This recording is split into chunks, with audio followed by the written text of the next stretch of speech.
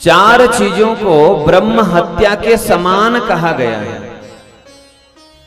और हमारे पहाड़ों में जब हमने इस चीज का ये किया तो कुछ लोगों को बुरा भी लगा, लेकिन बाद में जिन्होंने समझा तो हाँ बात सही है। देवी भागवत महापुराण में कहा गया कि चार चीजें ब्रह्म हत्या के समान हैं। ब्रह्म हत्या, यदि आप चार चीजें कर रहे हो तो ब्रह्म हत्या के जैसा पाप लग रहा है। ब्रह्म हत्या नहीं पर ब्रह्म हत्या की तरह ही दंड विधान है। क्या? निद्रा भंग कथा छेदो दंपत्योर प्रीति भेदनम शिशु मातृ प्रभेदश्च ब्रह्म हत्या समम स्मृतम।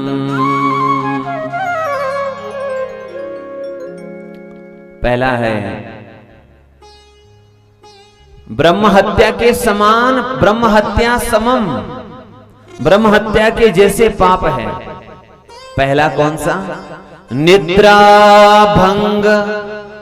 यदि आपके पास लिखने के लिए हैं तो लिखिए। कथाओं में ये चीज भी जानना जरूरी है, क्या करना चाहिए और क्या नहीं करना चाहिए।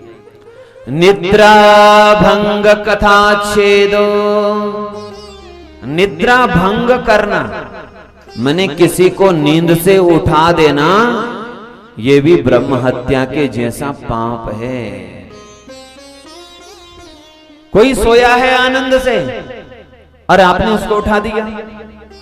हाँ, विद्यार्थी को, यदि सोए हुए विद्यार्थी को आप उठा रहे हो, उसके भले के लिए उठा रहे हो, तो उसमें दोष नहीं। नहीं तो बच्चे कहेंगे वाह कल से अच्छा होगा।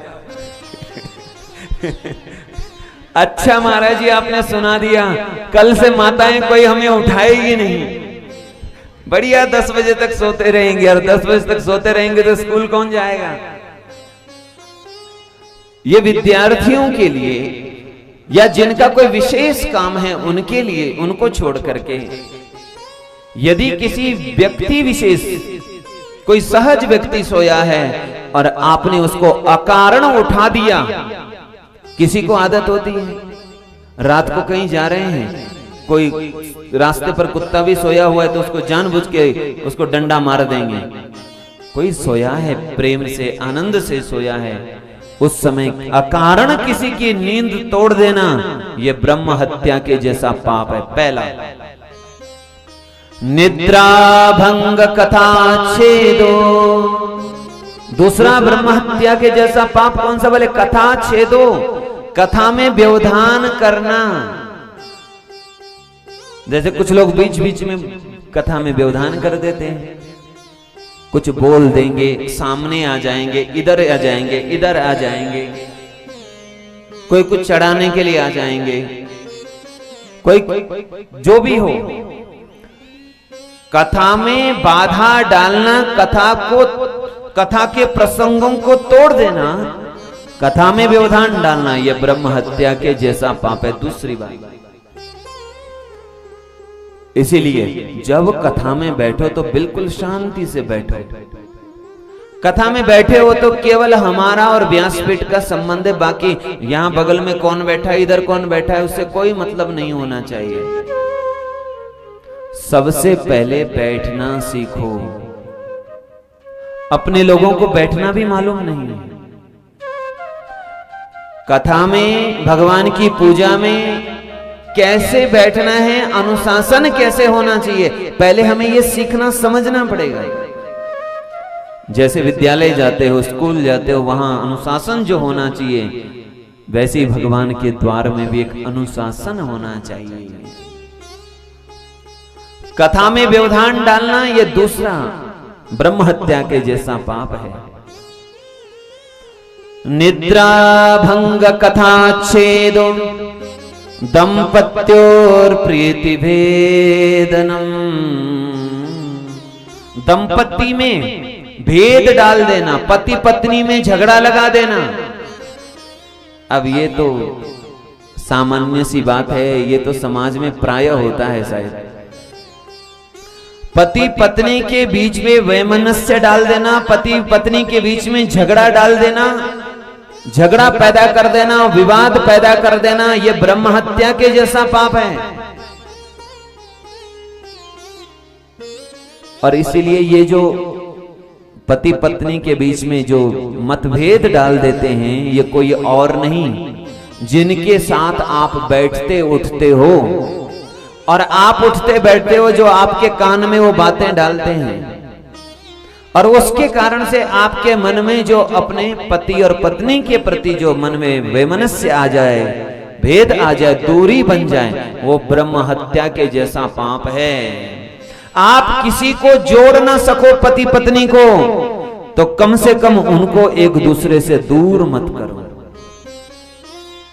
एक बात हम और कह दें, हमारे शास्त्रों में पति पत्नी को अलग होने की कोई अनुमति और कोई विधान नहीं। आप लोगों ने सुना हो, पत्नी पति से तभी अलग होती है जब पति की मृत्यु हो जाए, और पति पत्नी से तभी अलग होता है जब पति की मृत्यु हो जाए या पत्नी की मृत्यु हो जाए। ये तभी एक दूसरे से अलग होते हैं, नहीं तो अलग होने का कोई विधान नहीं है। कैसे अलग हो पाओगे? अग्नि को साक्षी मान करके फेरे लिए हो, 7 जन्म का संकल्प लिया है।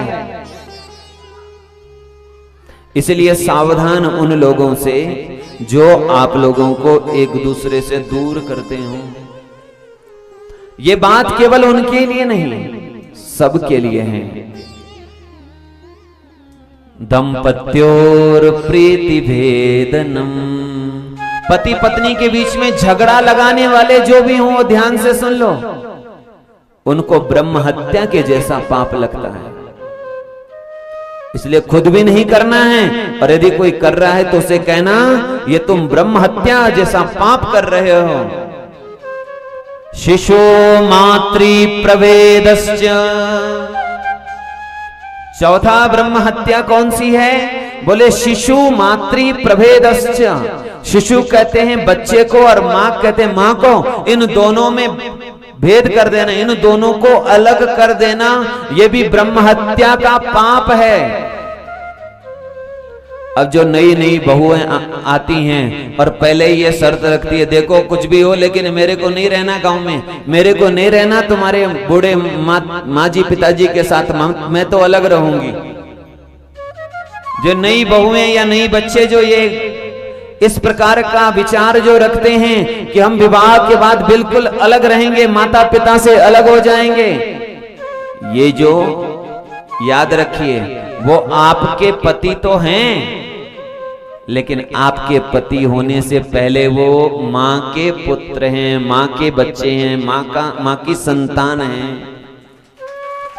आपका संबंध बनने के पहले उनका संबंध है। माता पिता का भी बच्चों से संबंध तभी अलग होता है जब उनकी मृत्यु हो जाए, उससे पहले नहीं। तो जो युवा ये कहते हो कि हम अपने सासों से, अपने ससुर से दूर रहेंगे, जो अपने पति को उसके मां से, उसके पिता से अलग कर देते हो, याद रखना उनको भी ब्रह्म हत्या का पाप लगता है। आपने उनकी मां को, उनके माता पिता को उनसे दूर कर दिया हो यदि, तो ब्रह्म हत्या के जैसा पाप है। ऐसा पाप कोई ना करें। याद रखिए, कथा तो सुना रही है, लेकिन कथा हमें बोध भी दे रही है कि जीना कैसे है। ये जो बात है ये समझनी भी है।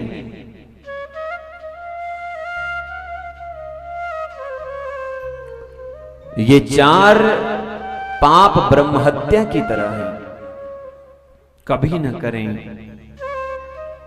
इसलिए कथाओं में भी व्यवधान नहीं होना चाहिए।